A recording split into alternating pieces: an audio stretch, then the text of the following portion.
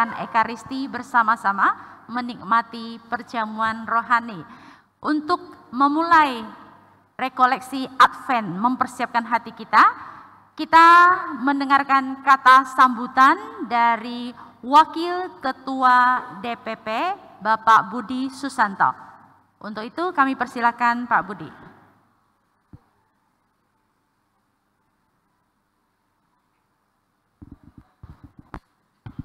Salam. Selamat siang Romo, Bapak Ibu, adik-adik terkasih. Ya, saya mewakili Ketua DPP ya, di Todong hari ini untuk menyampaikan kata sambutan. Yang pertama saya sampaikan adalah puji Tuhan, syukur kepada Tuhan. Acara GB pada hari ini luar biasa. Peserta yang terdaftar 250 orang. Tidak seperti tahun-tahun sebelumnya. Jadi kami apresiasi buat Bapak Ibu dan saudara sekalian. Ya. Kita berharap untuk acara-acara berikutnya juga akan semakin ramai. Karena kita mau semakin dekat bersama umat. Ya. Bukan hanya sekelompok orang, tapi kita bisa beramai-ramai bersama untuk mendengarkan pengajaran-pengajaran. Ya. Kita tema Natal besar tahun ini adalah maka mereka pulang ke negerinya lewat jalan lain. Jadi mungkin banyak yang bertanya-tanya ini pulang ke negerinya lewat jalan lain ini maksudnya apa? Ya. Kita jadikan tema kecil, hidup menggereja di era milenial. Nah, ini adalah salah satu cara atau jalan baru itu. Ya. Nanti akan lebih jelas dijelaskan oleh Romo Barces CP. Ya, itu saja dari saya. Selamat mengikuti acara ini dengan baik dan jangan lupa jika ada yang mau ditanyakan segera dicatat, ditanyakan pada sesi tanya jawab, akan ada hadiah untuk pertanyaan-pertanyaan menarik. Ya, jadi ikutilah dengan dari awal sampai akhir. Tuhan memberkati. Terima kasih Pak Budi. Baik, Bapak Ibu, Pastor dan Bruder, jadi hari ini kita akan bersama-sama sampai sekitar pukul 3 sore. Rangkaian acara akan saya bacakan supaya ada gambaran apa yang akan kita lalui bersama. Tadi kita sudah bersama-sama menikmati perjamuan rohani, perjamuan kudus di dalam perayaan Ekaristi. Dan juga Bapak Ibu sudah disegarkan dengan kopi dan teh dengan snack ya, sedikit snack. Baik, kita akan memulai acara rekoleksi untuk mempersiapkan diri kita menyambut Natal. Tadi sudah dikatakan Pak Budi bahwa tema kita adalah menggereja di era milenial. Nah, saat ini tantangan hidup kita menggereja bagaimana? Nanti kita akan dibekali oleh Pastor Pius Barces CP yang saat ini melayani keuskupan di bagian sekretaris jenderal. Jadi sangat sibuk jadwal beliau ya, tetapi tetap mau melayani kita, membekali kita. Kita cukup sangat bersyukur. Nah, setelah ini kita akan masuk ke dalam sesi yang akan dibekalin oleh pastor. Setelah itu sebelum makan siang kita akan foto bersama-sama dulu ya, supaya masih cantik katanya. Diusulkan foto bareng dulu baru makan. Setelah makan siang kita masuk sesi kedua. Nah, pada sesi 1 dan 2 jika ada pertanyaan Bapak Ibu silakan mencatat. Karena setelah sesi 2 kita diberi kesempatan untuk tanya jawab. Ya, apa yang rasanya mau ditanyakan jangan malu-malu supaya kita mendapatkan apa yang dibekali, apa yang kita ingin tahu ya. Untuk itu kita akan memulai dengan puji-pujian dari tim pujian yang sudah bersiap-siap melayani kita dan akan masuk ke dalam sesi. Baik, kepada tim pujian kami persilakan.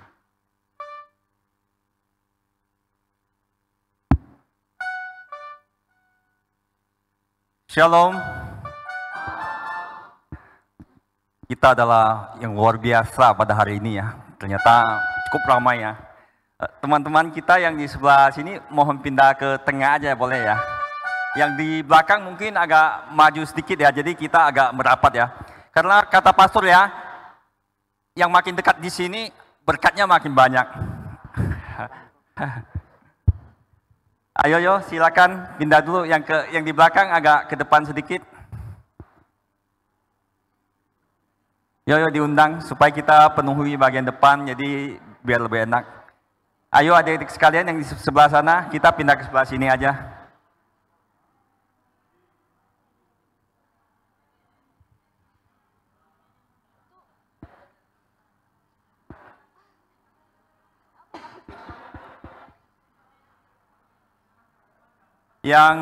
Yang baju wilayah 6 ya, nggak salah yang baju itu ya, abu-abu ya. Yuk dipersilakan untuk maju.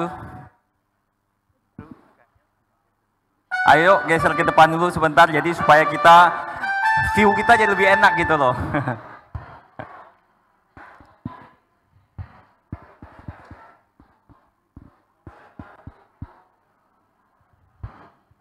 Di bagian sini aja dipenuhin. Oh, nggak apa-apa. Ada lagi. Oh, ada itu ya. Oke.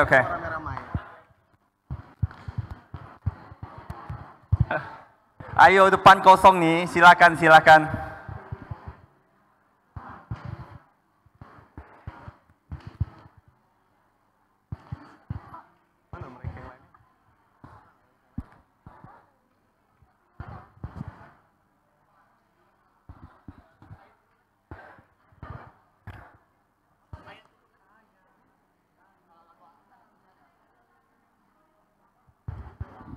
Oke, terima kasih atas kerjasamanya. Yang hadir di sini, siapa yang ingin masuk kerajaan Allah? Ada nggak? Angkat tangan. Wah, kayaknya sedikit ya.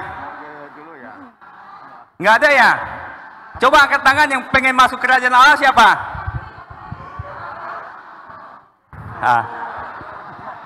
Tahu nggak rahasianya untuk masuk ke kerajaan Allah? Ada yang tahu? Ada yang tahu? Yang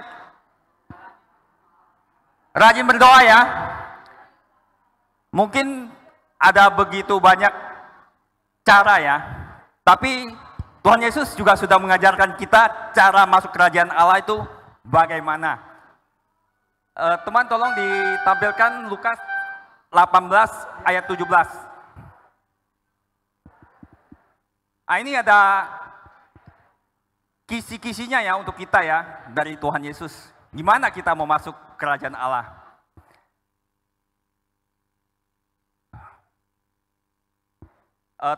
Nyala nggak ya?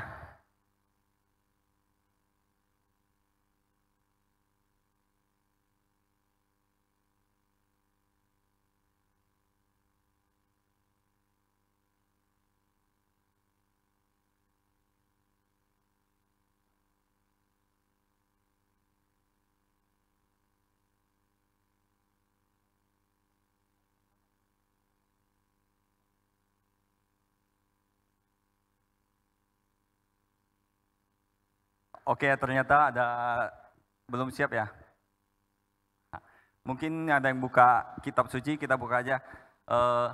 Sesungguhnya barang siapa tidak menyambut kerajaan Allah seperti seorang anak kecil, ia tidak akan masuk ke dalamnya. Jadi kita harus hadir sebagai seorang anak kecil supaya kita bisa masuk kerajaan Allah. Siapa kami?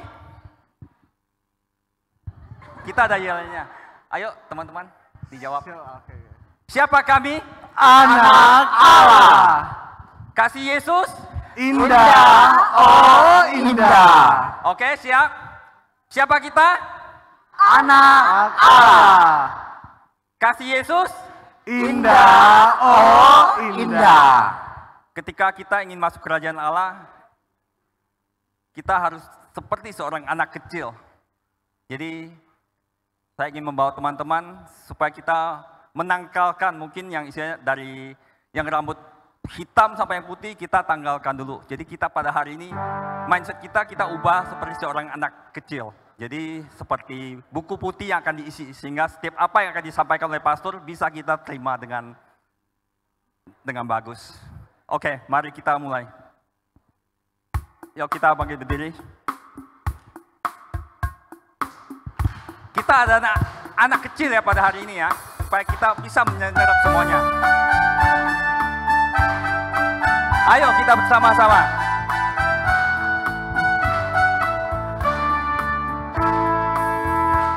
Aku anak sehat, tubuhku kuat, karena ibuku rajin dan cermat. Semasa aku bayi, selalu diberi ASI, makanan bergizi dan imunisasi.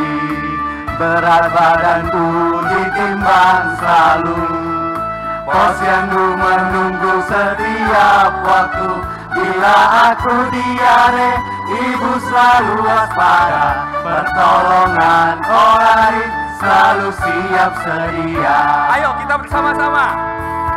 Aku anak sehat, tubuhku kuat, karena ibuku rajin dan cermat. Semasa aku bayi, selalu diberi ASI, makanan bergizi dan imunisasi. Berat badanku ditimbang selalu, posyandu menunggu setiap waktu. Bila aku diare, ibu selalu waspada, pertolongan orang selalu siap sedia. Jadi kita sebagai anak-anak kita juga harus murah senyum ya. Ketika anak kita ajak bermain atau apapun, mereka akan pasti tersenyum ya. Jadi supaya kita gampang untuk melewati kerajaan Allah juga. Oke, mari kita berikan senyum kita terindah untuk teman kita di kiri maupun di kanan.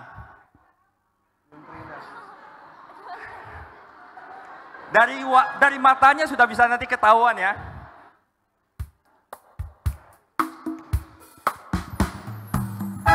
Yang tidak senyum kena denda ya.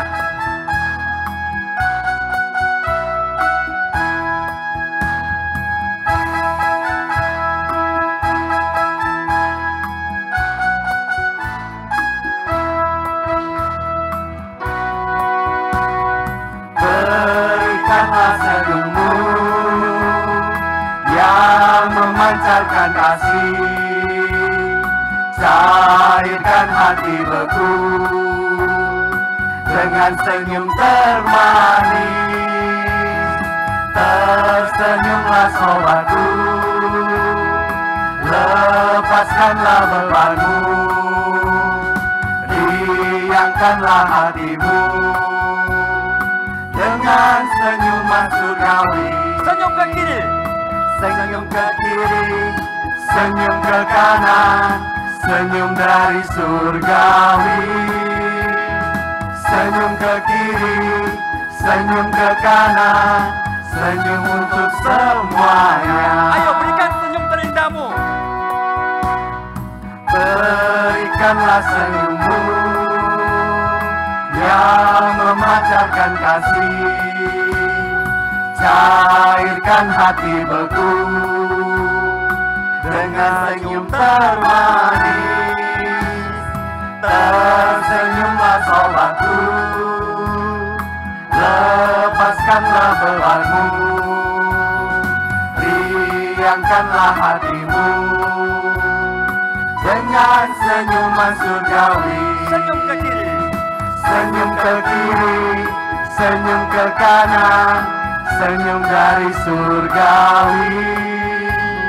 Senyum ke kiri, senyum ke kanan, senyum untuk semuanya. apa baiknya engkau? Betapa baiknya Engkau Tuhan, kasih-Mu tiada berkesudahan. Betapa mulia kasih-Mu Yesus, jiwaku diselamatkan. Hosana, angkat tanganmu. Hosana, ku memuji Tuhan. Hosana, ku tinggikan Yesus. Hosana, Hosana, Hosana. Lebih indah dari pelangi, Lebih indah dari pelangi, indah dari bintang di langit, lebih indah dari bunga di taman. Oh Yesusku, lebih indah dari pelangi, lebih indah dari bintang di langit, lebih indah dari bunga di taman. Oh Yesusku, Hosana, Hosana.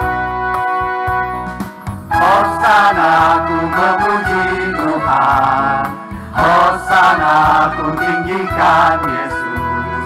Hosana, Hosana, Hosana.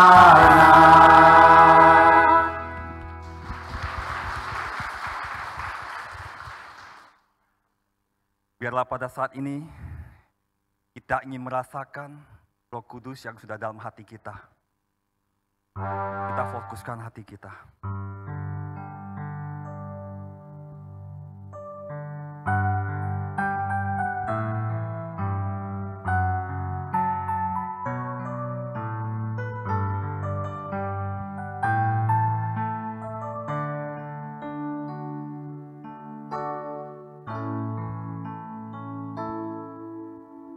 Roh Kudus, kau hadir di sini. Roh Kudus, ku mengasihimu. Roh yang lembut, Kau lembut, kau manis, kaulah penghiburku, penolongku, diutus Bapakku. Roh Kudus penuhi hati kami. Roh Kudus, kau hadir di sini. Roh Kudus, ku mengasihimu. Kau lembut, kau manis, kaulah penghiburku, penolongku, diutus Bapakku. Ku buka hati untuk Roh-Mu Tuhan. Ku buka hati menyembah-Mu Yesus. Jamahlah kami. Jamahlah kami, penuhi kami dengan kuasa Allah Maha Tinggi.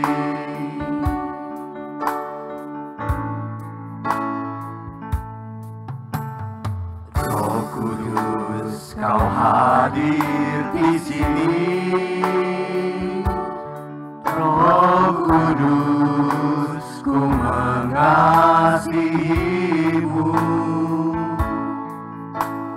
Kau lembut, kau manis, kaulah penghiburku, penolongku, diutus Bapakku. Ku buka hati untuk Roh-Mu Tuhan. Ku buka hati menyembah-Mu Yesus. Jamahlah kami, penuhi kami dengan kuasa Allah Maha Tinggi. Ku buka hati untuk Roh-Mu Tuhan. Ku buka hati menyembah-Mu Yesus. Jamahlah kami, penuhi kami dengan kuasa Allah Maha Tinggi. Jamahlah kami, penuhi kami kuasa Allah Maha Tinggi. Jamahlah kami, penuhi kami dengan kuasa Allah Maha Tinggi. Dalam nama Bapa dan Putra Roh Kudus, amin. Ya Roh Kudus, Engkau yang sudah menaungi hidup kami.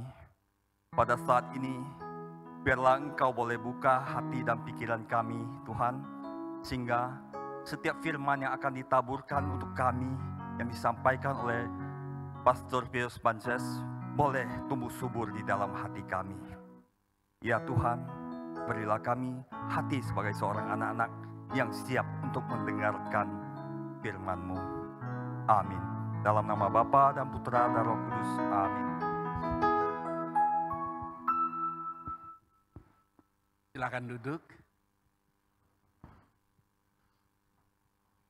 Teman-teman muda, Bapak Ibu dan saudara-saudari yang dikasihi Tuhan, juga pastor dan bruder yang hadir. Selamat siang. Apa kabar? Luar biasa. Menyenangkan tinggal bersama umat di Paroki Gembala Baik ini. Kata panitia, tak disangka-sangka. Tak disangka-sangka. Cempedak berbuah nangka, tak disangka-sangka. Tanggapan dari umat GB yang mau bersama-sama mempersiapkan Natal dan berjalan dalam perayaan Natal. Nah, ibu kita Gereja Kudus, ibu kita Gereja Katolik Indonesia itu mau menuntun kita, mau menemani kita masing-masing sebagai orang Katolik, bagaimana melanjutkan kehidupan kita ini. Dan bagaimana kita merayakan Natal.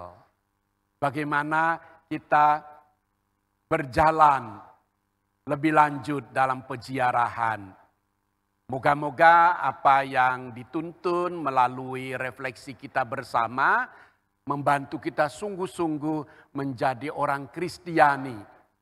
Yang pertama-tama bertemu dengan Yesus seperti para Majus, bertemu dengan Yesus dan kemudian mengambil keputusan penting. Apakah kita masing-masing sudah mengambil keputusan setelah bertemu dengan Yesus? Nanti kita refleksi masing-masing.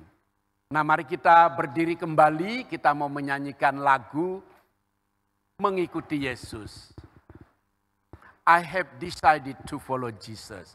Saya sudah mengambil keputusan untuk mengikuti Yesus.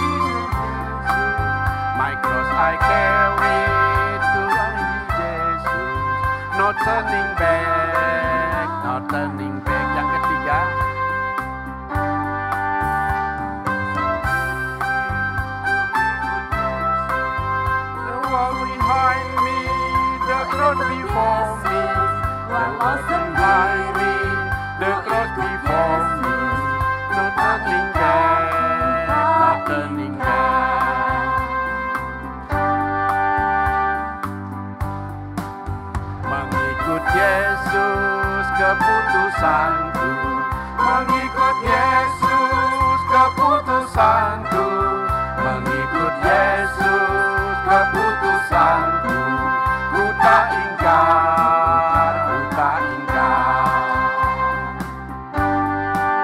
Walau sendiri ku ikut Yesus, walau sendiri ku ikut Yesus, walau sendiri ku ikut Yesus, ku tak ingkar, ku tak ingkar.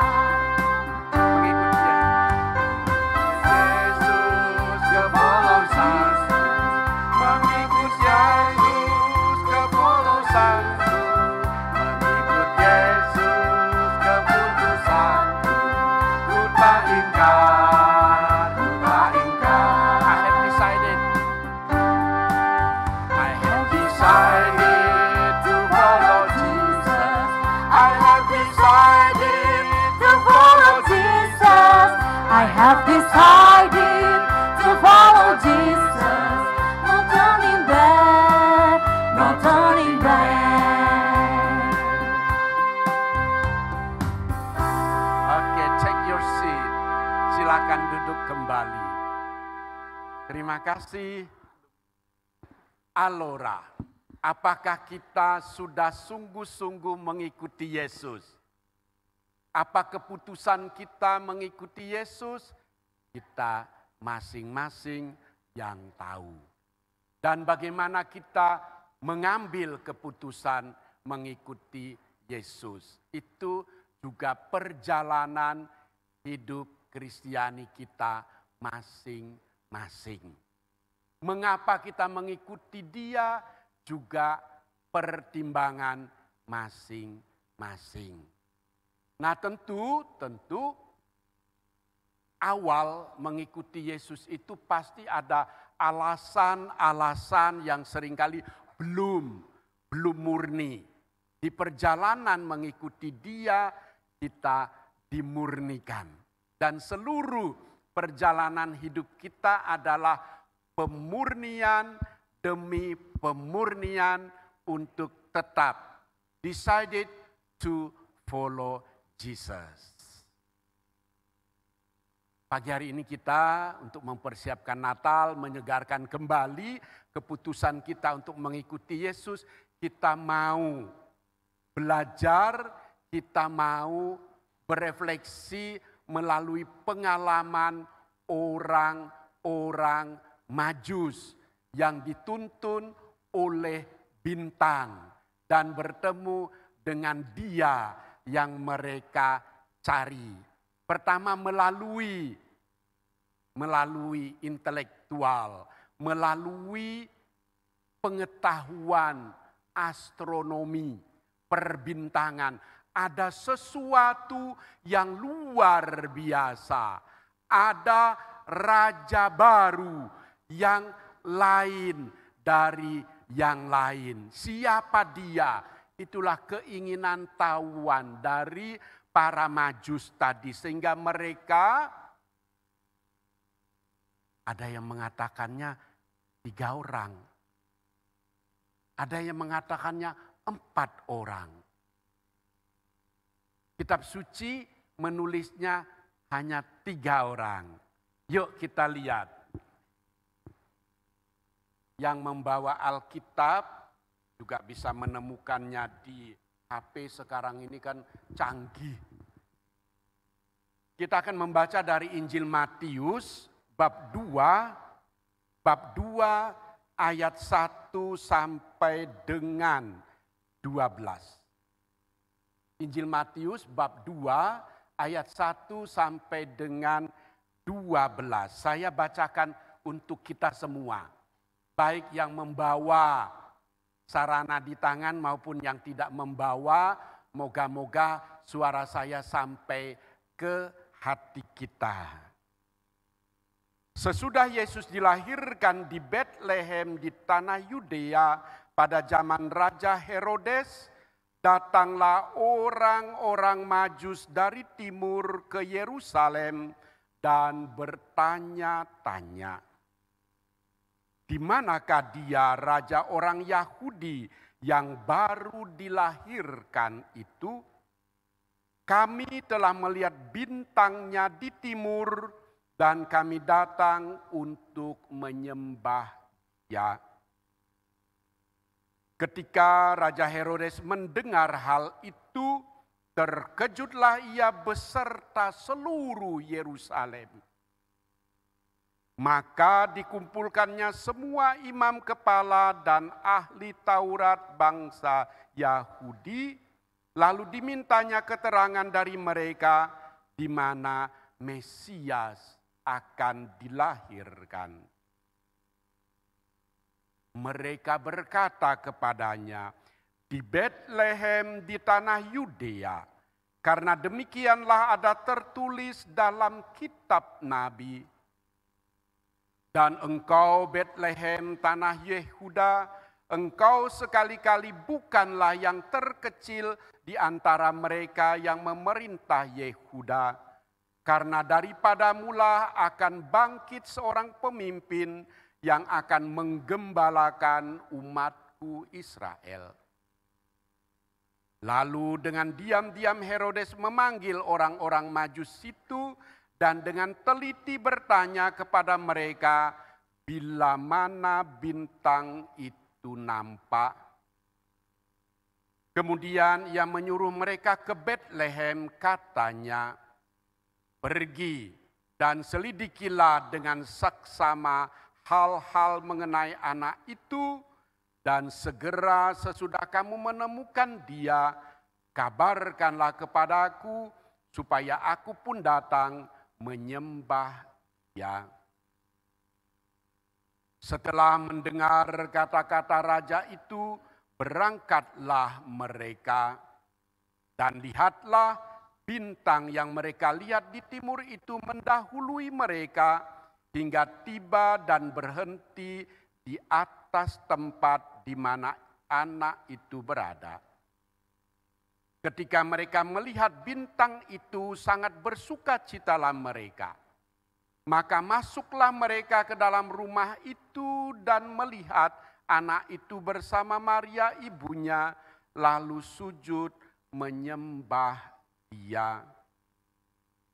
Mereka pun membuka tempat harta bendanya dan mempersembahkan persembahan kepadanya, yaitu emas, kemenyan, dan mur.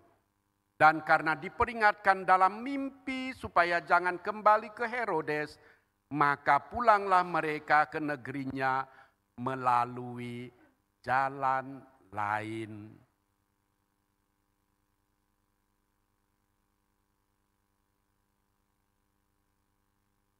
Dan karena diperingatkan dalam mimpi supaya jangan kembali kepada Herodes, maka pulanglah mereka ke negerinya melalui jalan lain.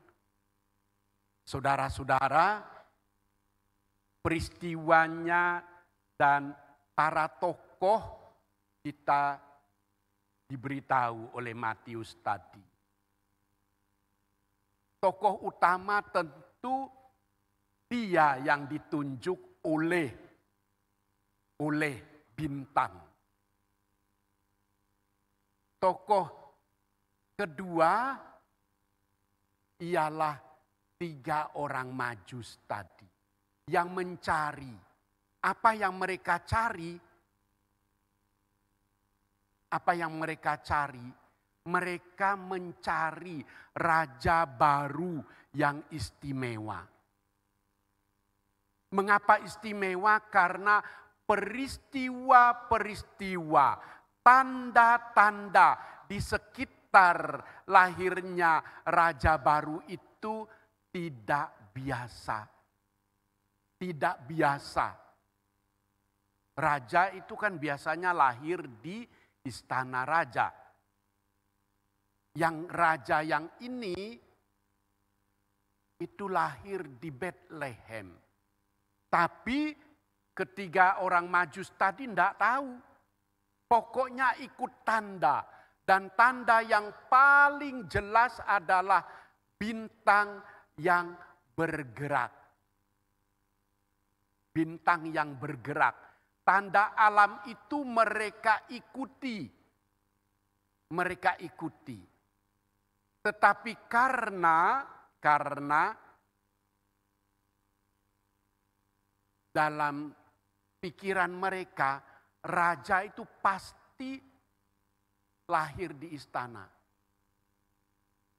Seorang raja baru, ya, tentu pangeran lebih dulu, itu pasti dilahirkan oleh permaisuri raja. Dan tempatnya pastilah di istana. Ke sana mereka mengarahkan langkah. Ke sana mereka menuju. Dan bertemu dengan Herodes. Tentu pencarian dan keingintahuan ya, disampaikan kepada Herodes. Herodes terkejut. Bukan hanya Herodes, tapi dikatakan oleh Matius, seluruh Yerusalem terkejut. Loh, kok terkejut? Terkejut karena dikatakan ada raja yang baru lahir. Siapa dia? Belum ada yang tahu. Tapi mereka mempunyai buku pintar. Orang Yahudi mempunyai buku pintar. Maka Herodes memanggil para ahli buku pintar itu. Cari di mana. Buka buku pintar itu. Dan buku pintar mengatakan di Bethlehem. Di Bethlehem. Herodes memberitahu di Bethlehem. Mereka pun keluar dari istana. Kita tidak tahu bagaimana ini. Tapi Herodes nanti cerita berikutnya dibaca sendiri. Herodes itu kan raja. Dan raja yang jahat. Raja bengis. Berikutnya, kisah berikutnya. Pura-pura bersandiwara.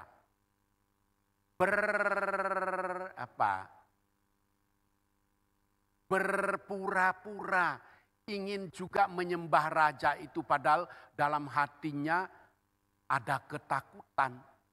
Di awal tadi sudah terkejut dan mengatakan kepada mereka, baik,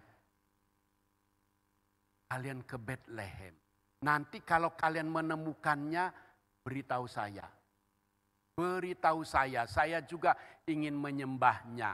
Itu sandiwara Herodes.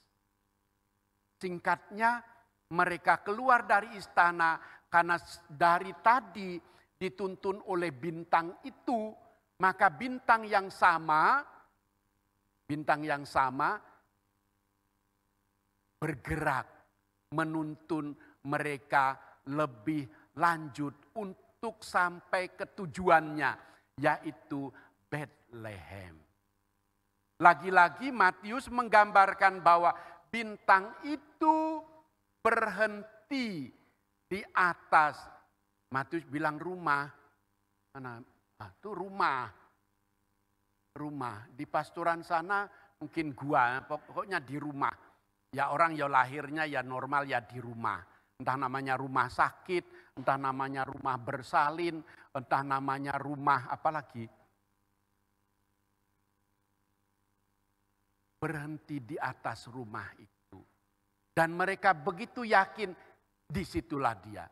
Mereka menemukan bayi itu bersama Maria ibunya. Dan karena keyakinan itu dari awal berangkat itu kan itu yang mereka cari. Mereka rupanya sudah membawa bingkisan, membawa oleh-oleh. Membawa oleh-oleh. Kita tidak membahasnya lebih panjang lebar apa yang dibawa tadi. Tapi disebut apa? Emas, kemenyan, dan mur. Tanya Pastor Tony maknanya nanti.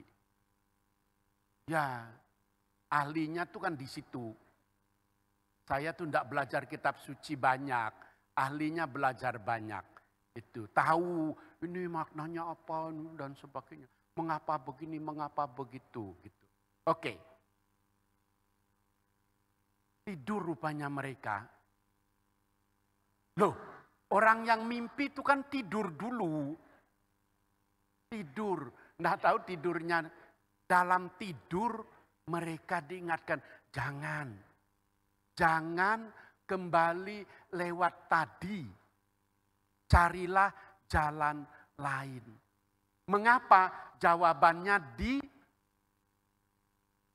perikop berikutnya. Herodes yang jahat itu tadi kan perkataan cerdiknya. Supaya memberitahu, supaya nanti akan ke sana. Padahalnya jawabannya itu tadi di perikop berikutnya. Herodes merasa akan disaingi dan membunuh anak-anak dari 2 tahun ke bawah, kata penginjil. Seandainya, ini pengandaian, seandainya orang Majus tadi tidak bermimpi dan diberitahu dalam mimpi supaya jangan kembali ke Herodes, tapi cari jalan lain. Dan mereka mengatakan, oh cepat, anak-anak lainnya mungkin tidak dibunuh, tapi langsung ke Bethlehem. Itu tidak ada dalam Injil, itu Injilnya orang luar sana. Sekarang kita mau melihat jalan lain itu, mengapa mereka menempuh jalan lain. Tentu banyak hal. Yang pertama karena diingatkan demi keselamatan bayi Yesus tentunya. Yang kedua apa? Supaya tidak ada masalah dengan Herodes. Kalau nanti mereka sudah diingatkan dalam mimpi dan jangan, tapi nekat, ada masalah dengan Herodes nanti. Yang ketiga apa? Yang ketiga inilah pesan Natalnya.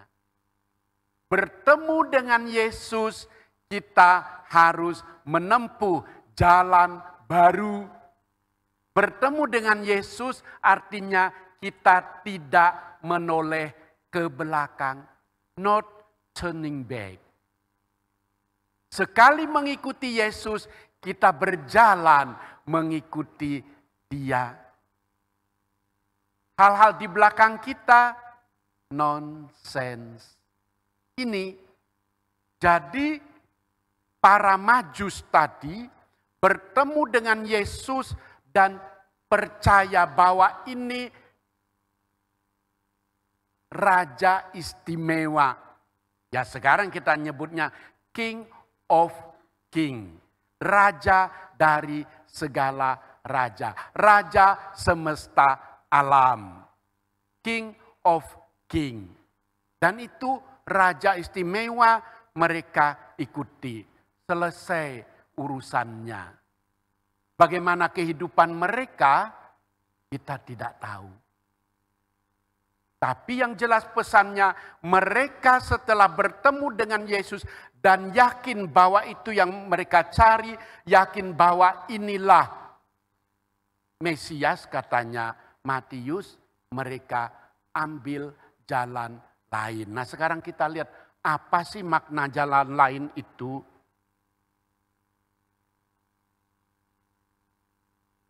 Oh sebentar, saya nih kadang gaptek. Ini ada alatnya. Ada alatnya. Saya tuh biasanya dibantu, mungkin ada yang menolong saya. Supaya saya tetap bisa monggo. Apa pesannya itu? Slide kedua. Orang-orang bijaksana yang ini ya majunya.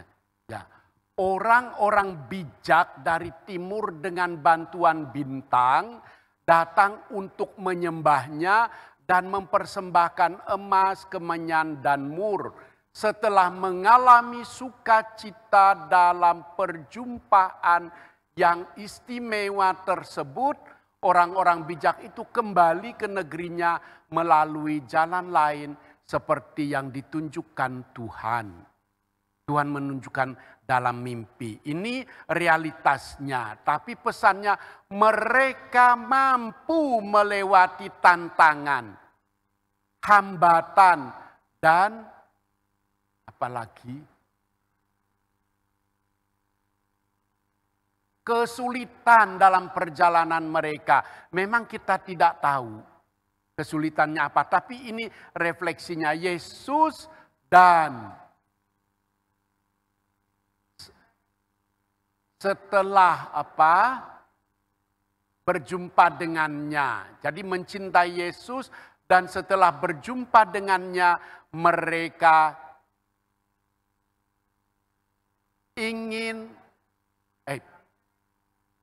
mereka berani menempuh jalan, apalagi ya itu dia. Jadi membaca bersama-sama. Itu.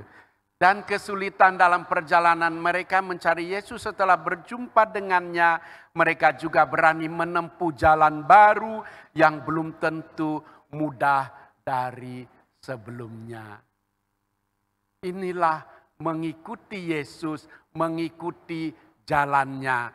Dan kita tahu jalan Yesus ialah jalan salib.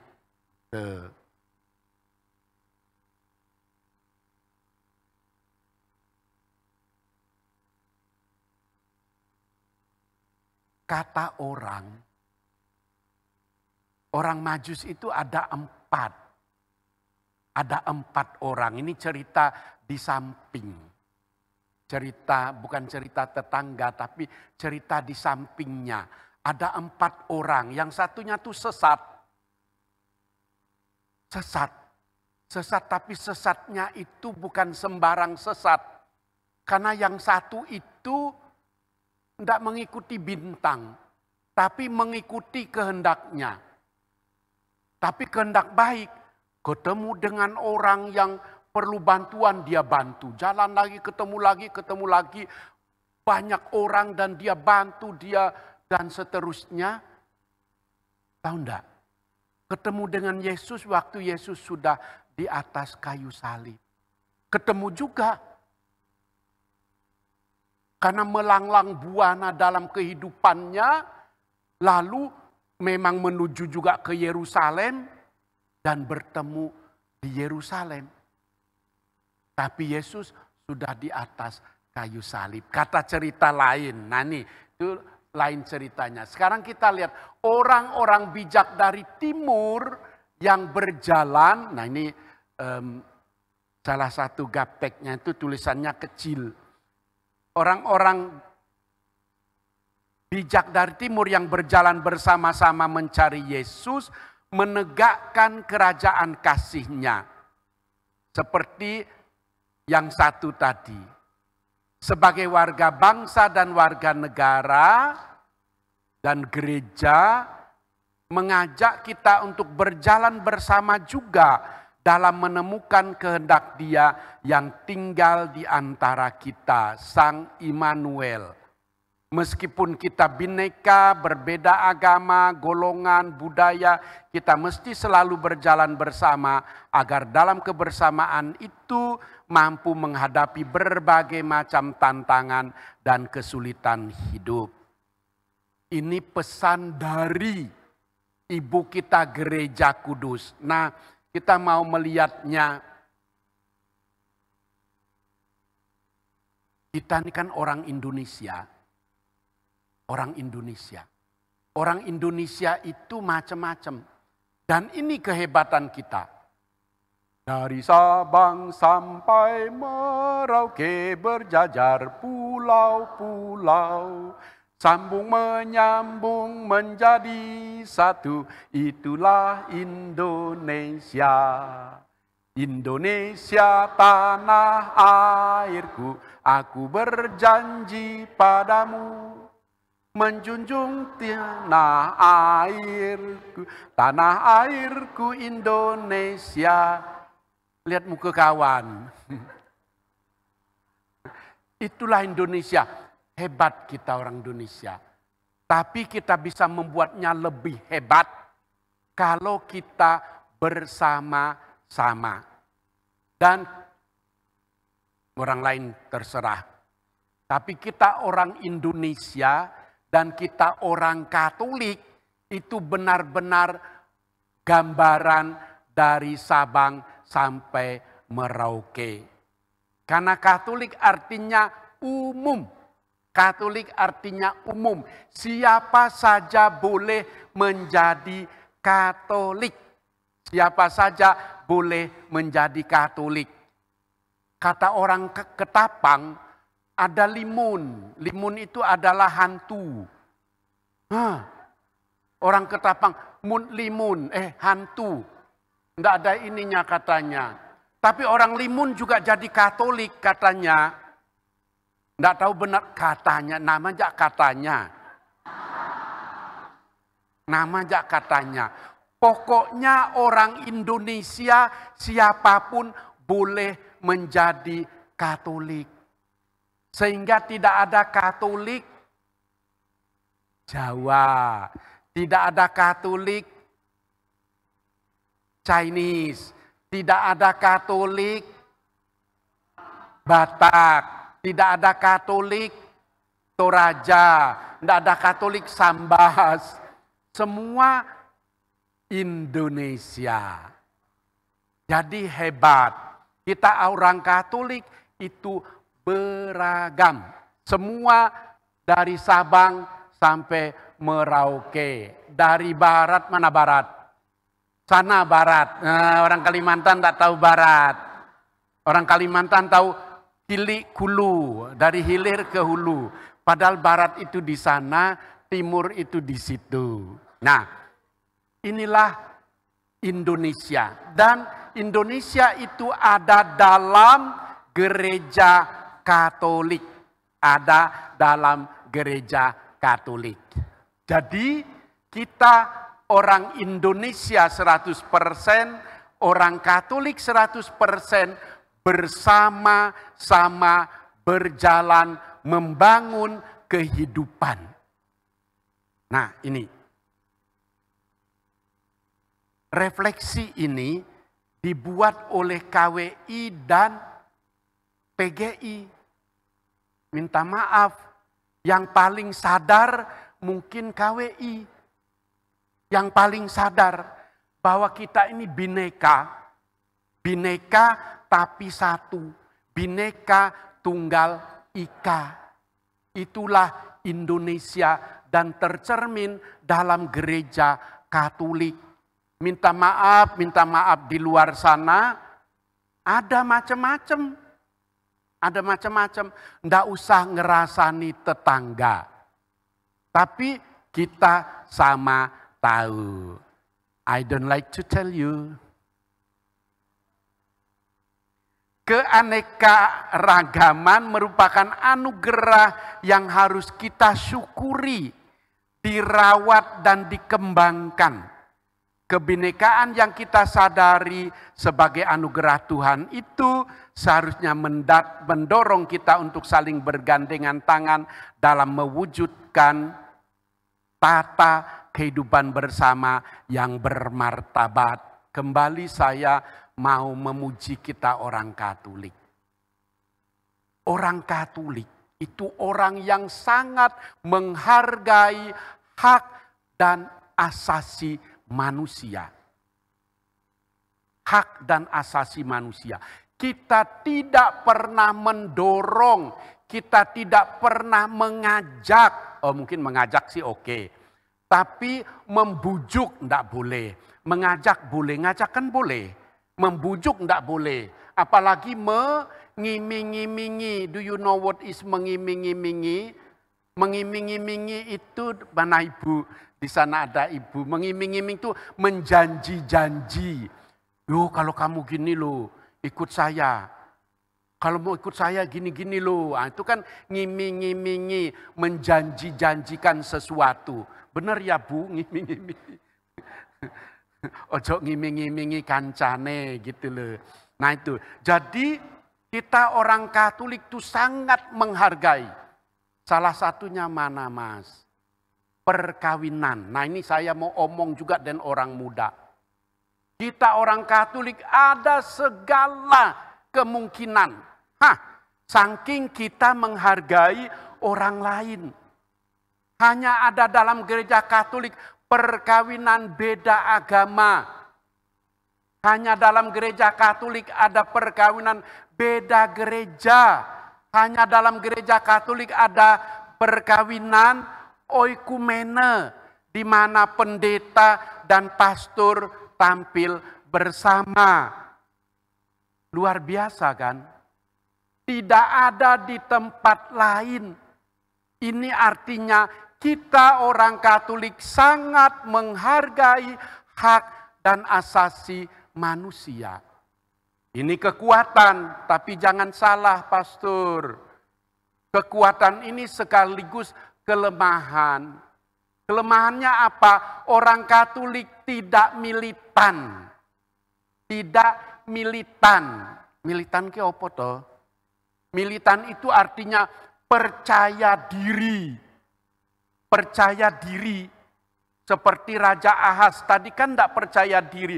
Mudah diombang-ambingkan. Mudah dikelabui. Mudah janji-janji tadi diiming-imingi. Bukan rahasia umum. Udah pangkatnya tinggi. Supaya lebih tinggi. Kamu pindah agama. Nah.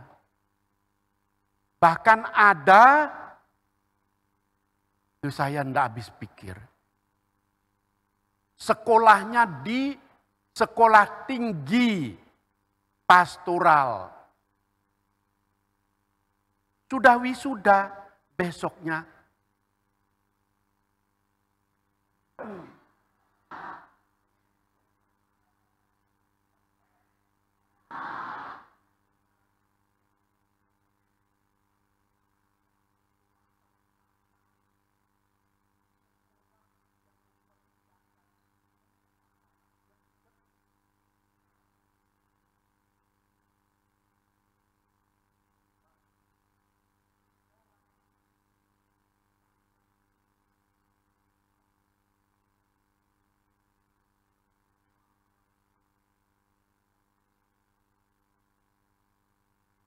Apa? Orang Katolik tidak militan, tidak benar-benar mengenal siapa Yesus. Tidak kenal Yesus. Karena tidak kenal Yesus, yaitu siapa sih Yesus? Bu? Kalau orang sungguh mengenal Yesus, mengakuinya sebagai satu-satunya juru selamat. Kalau tidak ikut dia, tidak selamat. Kalau itu apapun saya pertaruhkan demi dia. I have decided to follow Jesus, not turning back. Apapun. Dengar orang muda. Apapun. Dan ini ada yang buat begitu. Yang sungguh-sungguh mengikuti Yesus. Saya di tribunal itu menyelesaikan beberapa perkawinan. Perkawinan beda agama. Perkawinan beda agama. Akhirnya putus karena ada pemaksaan. Dan pihak Katolik tetap mau jadi Katolik. Apapun biar bercerai dari suami. Saya tetap menjadi Katolik. Itu baru jempol. Demi Yesus. Tapi banyak yang tidak mengenal Yesus. Dibujuk oleh Mas Kris di luar, meninggalkan Mas Kris di dalam. Itu.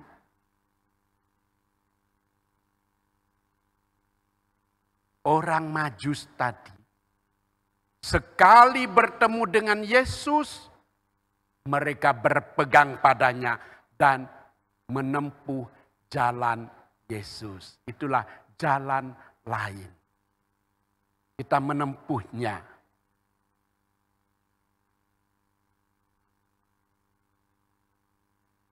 Kita lihat lagi. Dengan berjalan bersama kita dimampukan pulih lebih cepat, bangkit lebih kuat. Itu semboyan di sana. Nah, kita kan berhadapan dengan situasi, tapi kalau di China katanya orang tidak pakai masker lagi. Juga di Eropa tidak pakai masker. Jadi saya nih kadang tak letakkan di sini, karena kan situasional. Siapa lo di depanku gitu kan. Siapa lo, sedang apa dulu saya misalnya kalau sedang konsekrasi kan takut ini, jadi harus menutup. Nah itu, kita nih sudah mulai berjuang, tapi lagi-lagi kita sebagai orang Katolik bersama orang lain berjalan terus membangun bangsa dan negara kita. Berjalan terus, jangan melihat ke belakang, berjalan terus.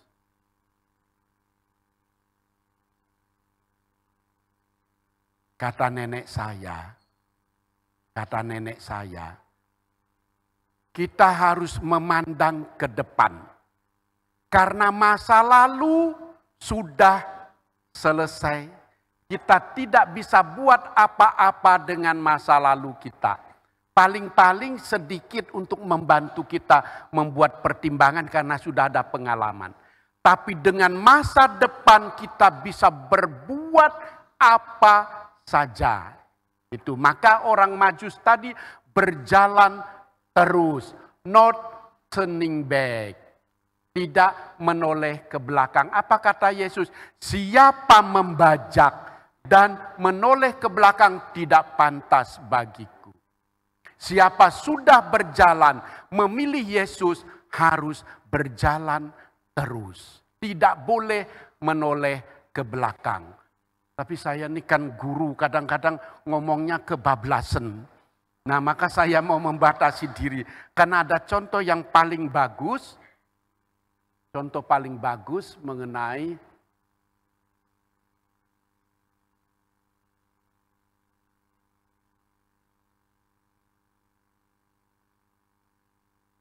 kasih Allah juga bisa diwartakan ke sana dan sebagainya.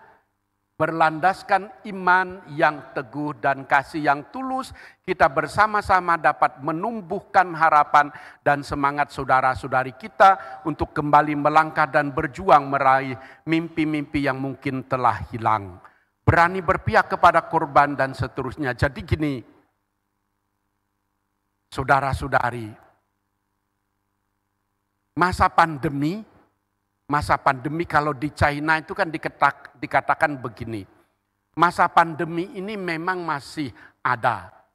Kita tidak melihatnya, tetapi kita jangan terpuruk. Jangan terpaku. Kita berjalan terus. Maka di China katanya tidak pakai masker lagi. Lalu siapa terpapar oleh virus itu dianggap virus flu. Dan ada obatnya sendiri-sendiri. Ada obatnya sendiri-sendiri. Maka orang Chinese di sana, di mainland itu sudah menganggap pandemi ini selesai. Mari kita berjalan terus dalam kehidupan ini. Itu. Jangan takut. Dan mungkin juga terasa di Indonesia bahwa kita sudah mulai membangun kehidupan ini seperti biasanya, seperti sebelumnya. Nah, tentu tadi orang Majus itu kan dapat mimpi. Kita juga harus bermimpi mengenai masa depan kita. Dan mimpi itu yang membuat kita berjalan menempuh jalan yang baru. Menempuh jalan yang baru. Suatu hari ada seorang datang kepada saya. Tidak boleh disebut namanya, saya juga lupa. Dia tuh punya pacar. Punya pacar dari gereja lain. Dan mereka sudah benar-benar menuju ke perkawinan. Sudah benar-benar. Tapi dia ragu-ragu. Ragu-ragu, bisa enggak? Karena di tempat lain tidak ada seperti di tempat kita tadi. Boleh, dan boleh. Suatu malam, ini benar-benar dia cerita. Suatu malam dia bermimpi. Dia bermimpi bertemu dengan seorang pakai jubah tapi tidak melihat mukanya. Tidak lihat mukanya. Dan sosok ini tadi berkata, kembali ke jalanmu. Kembali ke jalanmu. Dia terbangun dan merefleksikannya, memikir-mikirkannya. Oh, mungkin Tuhan menghendaki saya memutus hubungan tadi karena saya salah jalan. Dan dia dengan berani, ini seorang putri loh ya, dengan berani mengambil keputusan, cukup hubungan kita karena kita berbeda gereja. Dia berjalan lebih lanjut, bertemu lagi dengan seseorang yang berbeda juga. Tapi yang ini lain. Yang ini mau ikut dia. Minta dituntun olehnya. Lalu seorang teman mengantar dia kepada saya untuk bersama-sama mempertimbangkan, bersama-sama untuk melihat itu. Jadi harus berani menempuh jalan demi Yesus. Dia ada jalannya untuk kita. Nih.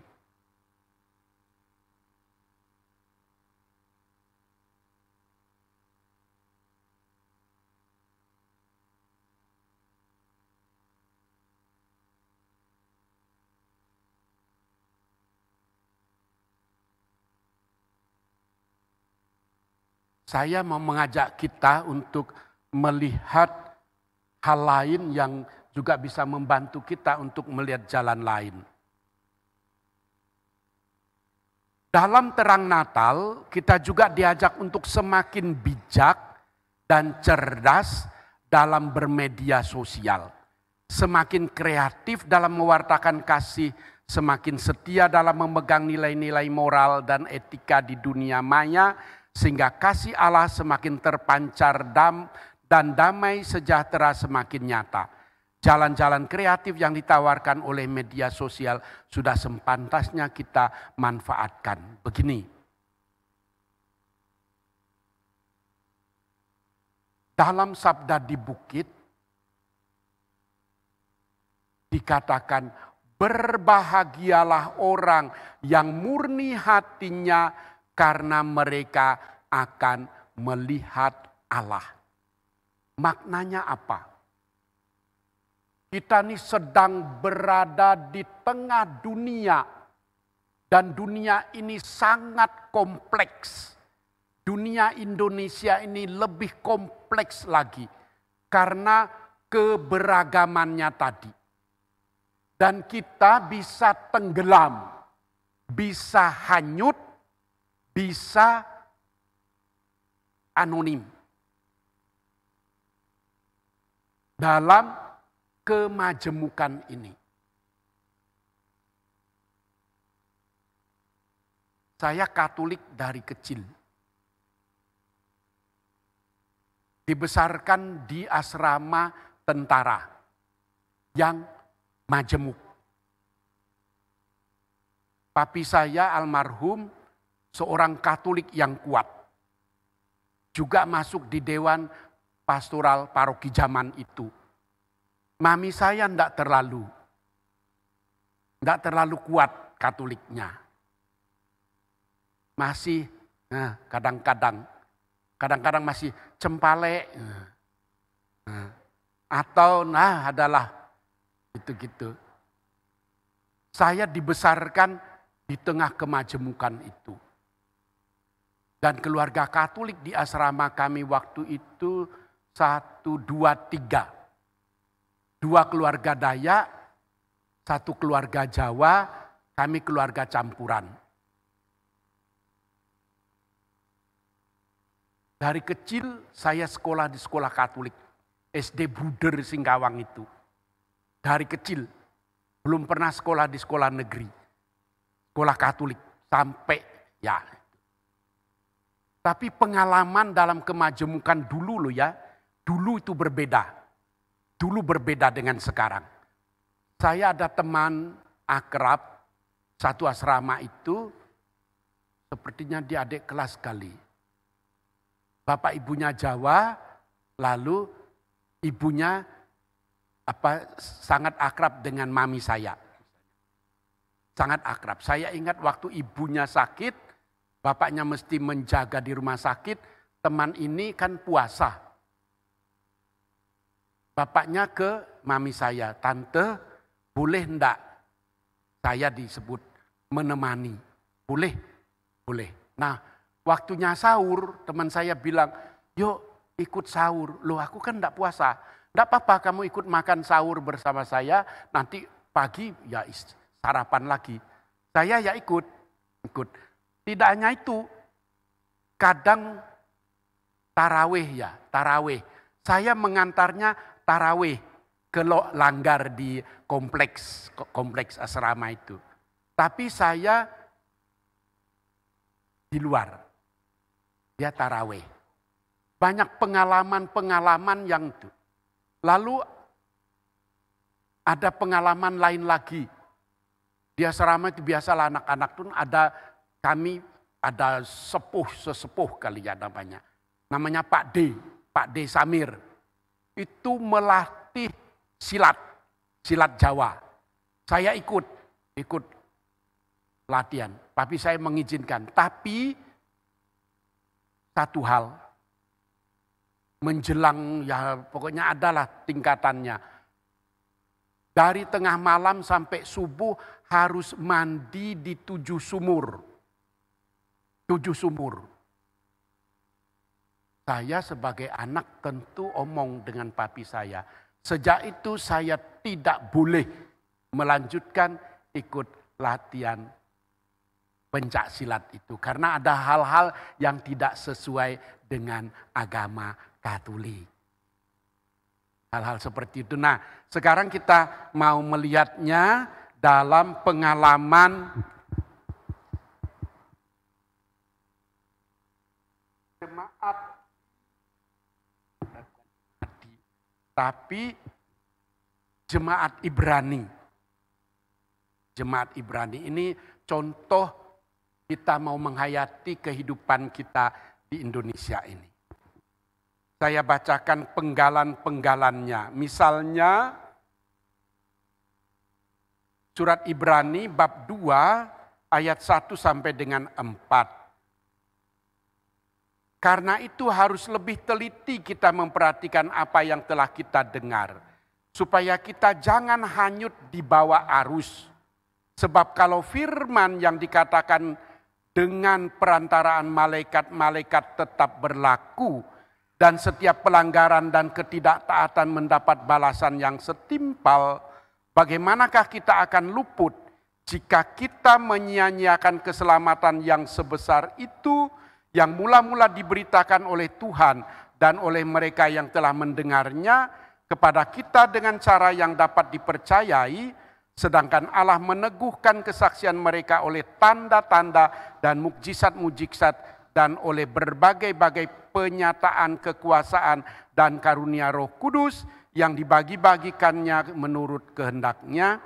Sebab bukan kepada malaikat-malaikat telah ia taklukkan dunia yang akan datang yang kita bicarakan ini. Ada orang yang pernah memberi kesaksian di dalam suatu nas, katanya, apakah manusia sehingga engkau mengingatnya?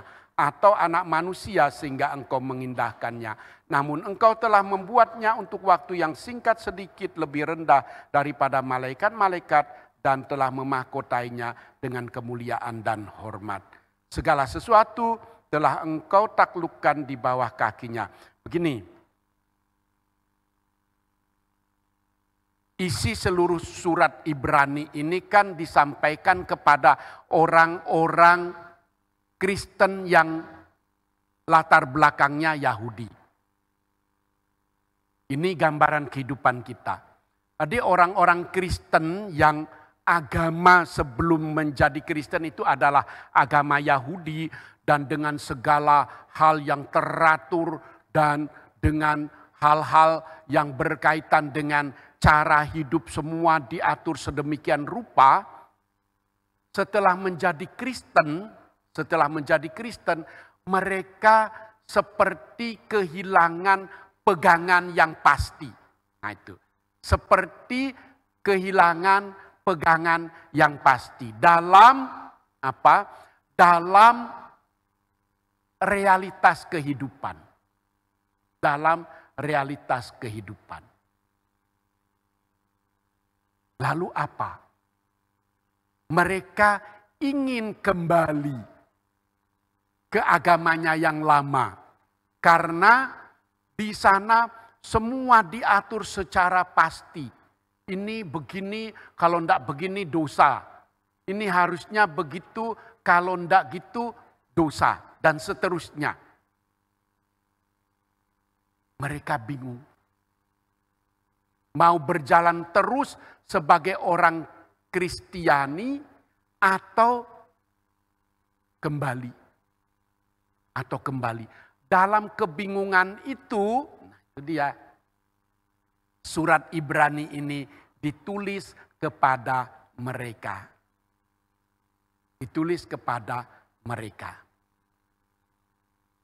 Surat Ibrani ini mau menuntun mereka kembali untuk berpegang pada Kristus.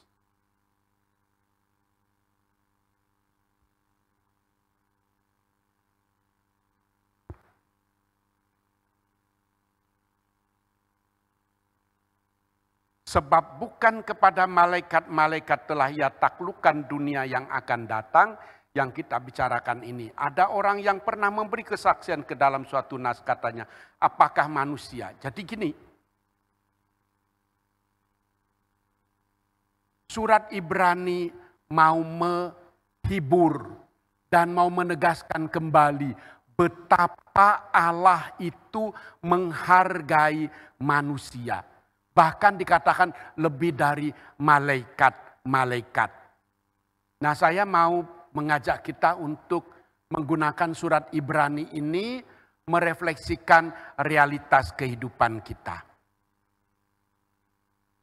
Dalam menghayati kompleksitas kehidupan kekatolikan kita, kita berjumpa dengan banyak orang, kita berjumpa dengan budaya, adat istiadat, dan juga aturan-aturan kehidupan.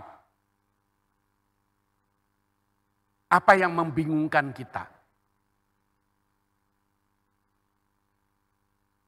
Minta maaf saya menyapa orang muda. Orang muda kita ini kan sudah tidak tahu adat istiadat lama kan? Ya, sebagai orang Dayak, sebagai orang Chinese, sebagai orang mana lagi. Dulu nenek moyang kita kan punya adat istiadat yang ketat sekali, sangat ketat. Sekarang ini longgar. Sebagian longgar, sebagian itu tidak ada aturannya. Nah, orang-orang muda termasuk saya itu kan tidak mengenal budaya itu. Karena tidak mengenalnya, jadi kita ya sudah berjalan lurus sebagai orang Indonesia. Bahayanya apa? Kita juga tidak mengenal sungguh-sungguh agama kita. Nah itu, maka pesannya apa? Kita tidak lagi mengenal budaya, kita mesti mendalami ajaran agama kita. Inilah budaya. Saya generasi yang kedua menjadi Katolik. Orang tua saya menjadi Katolik sebelum mereka menikah, sudah Katolik. Jadi Katolik muda. Nah mungkin Bapak Ibu ada yang generasi pertama menjadi Katolik. Ada yang generasi kedua.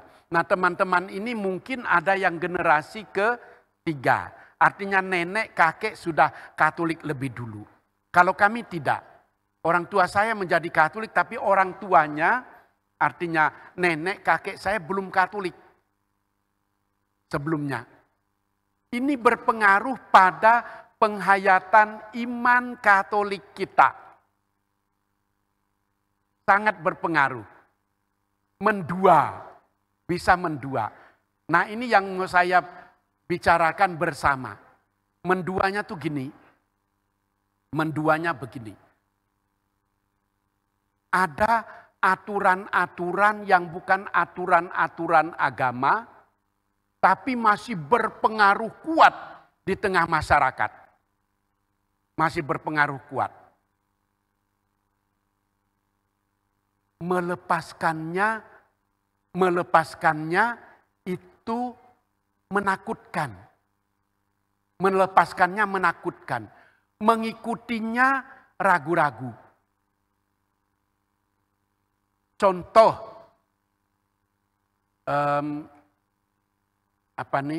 cempalek ya. Cempalek semua tahu. Ada macam-macam bahasanya. Orang Ketapang nyebutnya pusak-pusak. Pusak-pusak gitu, pusak-pusak. Ada orang Kapuas Hulu menyebutnya melepus. Melepus. Orang mana Sanggau ya, cempale, ada melope, apalah itu pokoknya itu. Nah ada yang masih percaya itu. Kalau tidak takut. Saya termasuk yang tidak percaya. Tapi mami saya masih percaya. Itu.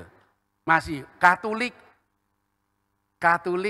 generasi pertama di keluarga kami. Saya generasi kedua menjadi Katolik. Pelan-pelan itu. Nah, jemaat Ibrani tadi diingatkan akan hal itu. Seringkali kita mau melihat ke belakang. Terutama dalam menghadapi kesulitan hidup. Bukan rahasia. Ada orang sakit. Atau lebih lebih ekstrim. Orang kerasukan setan. Lalu kemana? Cari pastor. Pastor mendoakannya. Tidak mempan. Cari pendeta. Pendeta tidak mempan juga. Nah udah. Ini jenis apa nih?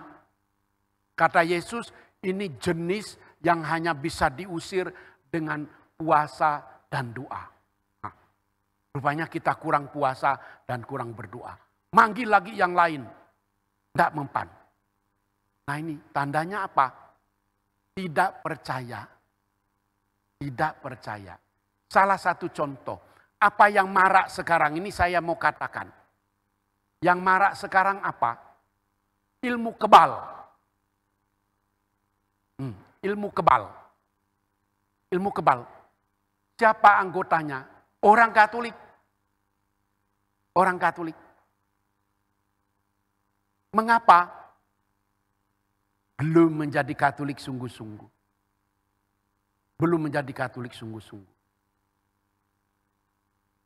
Pastor Robini kan teolog. Diminta oleh Bapak Uskup mengulas mengenai ilmu kebal itu. Dan ada refleksi Pastor Robini mengenai ilmu kebal. Ilmu kebal itu artinya apa? Artinya bersekutu dengan kekuatan lain yang bukan Allah. Untuk apa itu? Nah itu dia. Untuk apa? Kata Bapak Uskup, bisa enggak kamu menyembuhkan saudaramu yang kena kanker melalui ilmu kebal? Enggak bisa. Tapi untuk apa itu? Ternyata itu perbuatan lain. Seperti dalam kitab Kejadian dikatakan, benarkah kamu dilarang makan buah itu? Benar. Apa sebab? Kata Allah, kalau kami makannya, kami akan mati. Apa kata dia? Nggak. Kamu nggak akan mati. Kamu akan sama dengan Allah. Itu kesombongan. Dan manusia percaya dimakannya buah itu. Itulah dosa. Dan dia itu menggoda. Ini sama, kamu akan sama dengan Allah. Itu dosa yang paling besar. Mau menyamakan diri dengan Allah. Nah, orang-orang muda lagi saya mau sapa. Hati-hati dengan segala, apa tadi? Iming-imingan. Kamu akan begini, kamu akan begitu. Ini. Jemaat Ibrani tadi masih bingung, lalu dikuatkan. Satu-satunya juru selamat ialah Yesus Kristus. Yesus Kristus. Nah memang kekuatan itu kan kita miliki kalau kita punya iman. Seperti Ahaz tadi. 5 menit lagi. 5 menit lagi. 5 menit lagi. Oke, baik. Seperti Ahaz tadi. Padahal orang Israel yang menjadi masyarakat atau rakyatnya itu kan percaya akan kuat kuasa Allah. Tapi justru pemimpinnya, justru rajanya ragu-ragu. Maka diingatkan, kalau kamu tidak mau minta tanda, saya kasih tanda. Anak darah akan melahirkan. Dan anaknya disebut Immanuel. Allah beserta kalian. Nah memang kalau kita masih ragu-ragu dalam iman, ya mudah kita diombang-ambingkan. Tapi kalau kita yakin Allah beserta kita, maka kekuatan Allah itu menjadi kekuatan kita. Kekuatan Allah menjadi kekuatan kita. Kalau kita kosong, nah itu. Kalau kita kosong, mudah dimasuki oleh hal-hal lain. Tapi kalau kita berisi roh Allah, kita ini kan sudah dibaptis. Dan dibaptis dalam roh, dalam Allah Tritunggal. Kita memiliki roh Allah, kuat kuasa Allah. Ini yang harus kita yakini. Memang dalam perjalanan ini kan kita seperti saya katakan dimurnikan juga pengalaman iman kita. Kadang kita Allah tuh bukannya mencobai tapi memurnikan kita. Sehingga sungguhkah kita setia kepadanya dalam segala situasi kehidupan kita. Baik, saya kembalikan kepada panitia. Karena tadi sudah diberi kode 5 menit lagi.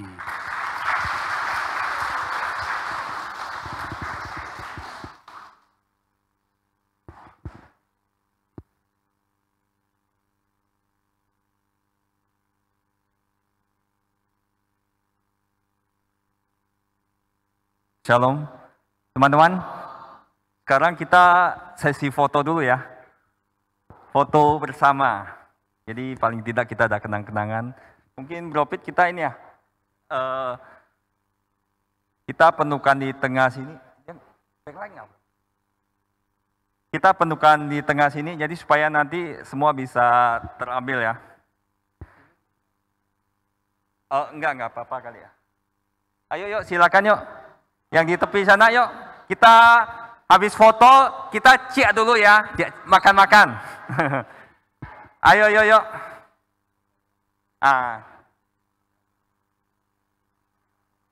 Yuk kita merapat ke tengah dulu. Kita foto-foto dulu untuk kenang-kenangan kita. Nanti sudah foto, kita doa makan. Setelah itu nanti ada sesi berikutnya lagi. Jadi cuma 2 sesi aja. Ayo, yuk. Tidak, ayo. Rugi loh yang tidak kelihatan, ayo ambil posisi terbagus ya.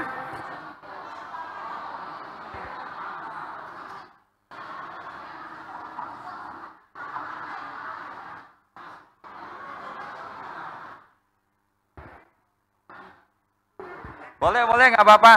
Masih ada.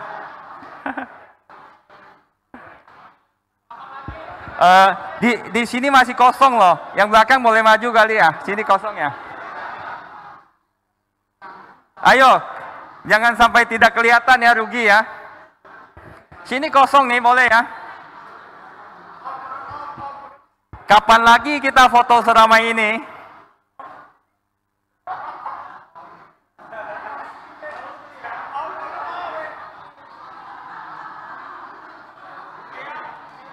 Udah siap, boleh? Saya ikutan juga ya. Yoi. Baring kelihatan gak?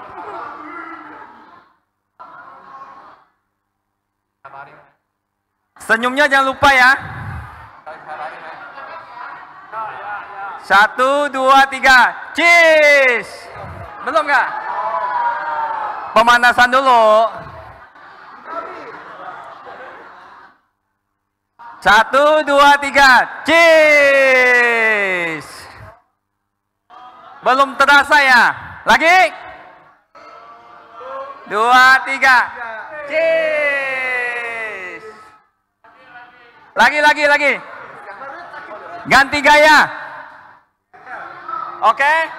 1, 2, 3. Yeay. Video ya, Bo? Minta video.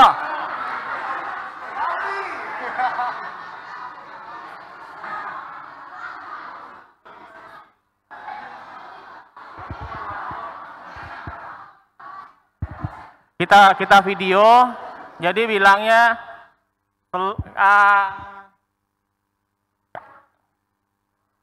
kami umat Paroki Gembala Baik mengucapkan selamat Natal dan Tahun Baru. Tuhan Yesus memberkati ya. Natalnya tahun berapa, tahunnya nggak usah disebutin lah. Coba ulang, coba. Ulang ya. 1, 2, 3. Kami umat Paroki Gembala Baik mengucapkan selamat Natal dan Tahun Baru. Tuhan Yesus memberkati.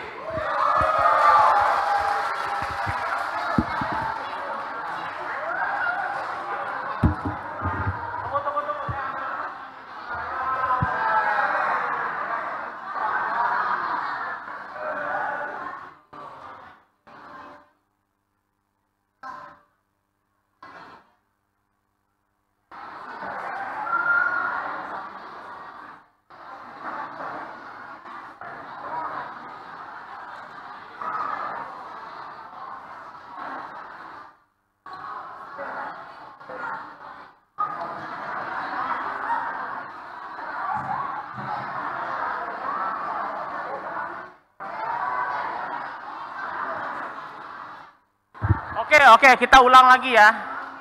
Ulang lagi, coba latihan dulu. 1 kali lagi. 1, 2, 3. Kami umat Paroki Gembala Baik Pontianak.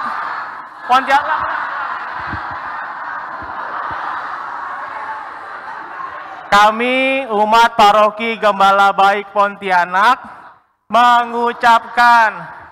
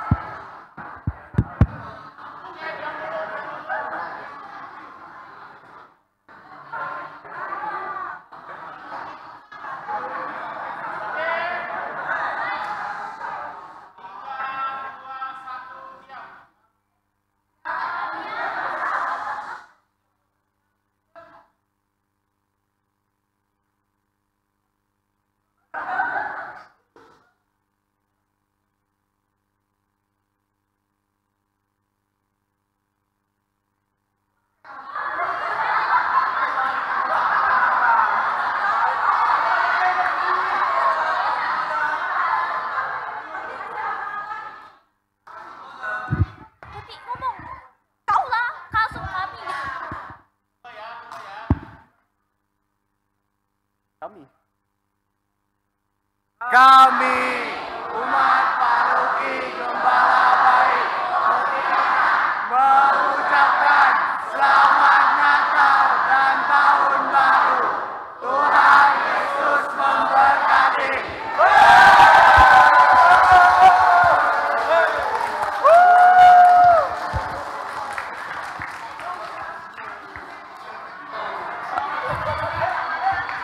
Teman-teman, kita doa makan dulu ya. Jadi kita habis doa makan, jadi kita nanti berkumpul kembali jam 1 kurang 15 menit ya. Iya. Mari kita siapkan hati kita. Nanti yang mau foto lanjutan boleh ya. Oke, kita doa makan dulu sebentar. Dalam nama Bapa dan Putra dan Roh Kudus, amin. Ya Allah Bapa kami, terima kasih Engkau sudah berkati kami dengan makanan yang sudah disediakan oleh panitia. Semoga boleh Engkau suci, kuduskan makanan itu sehingga boleh menyehatkan jiwa dan raga kami. Dan ya Tuhan, kami juga berdoa untuk mereka yang kekurangan, biarlah kasih-Mu juga boleh turun atas mereka. Terima kasih Tuhan Yesus, amin. Dalam nama Bapa dan Putra dan Roh Kudus, amin. Jam 1 kurang 15 menit kita berkumpul lagi ya. Lanjut sesi terakhir, oke? Ya, siap? Oke.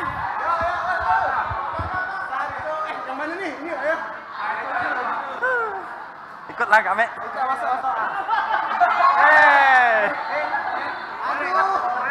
Baik terdampar.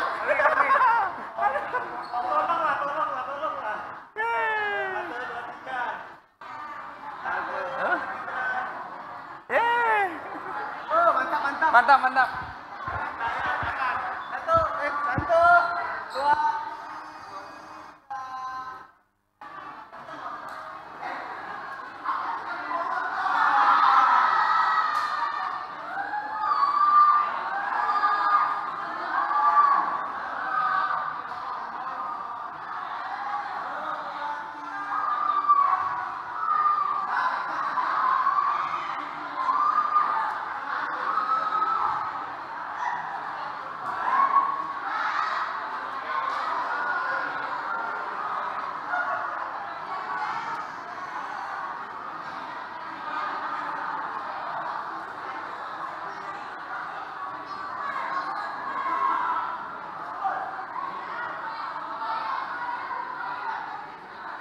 Kawan-kawan OMK boleh tolong cabutin ini nggak di semua kursi ya? Ini nih.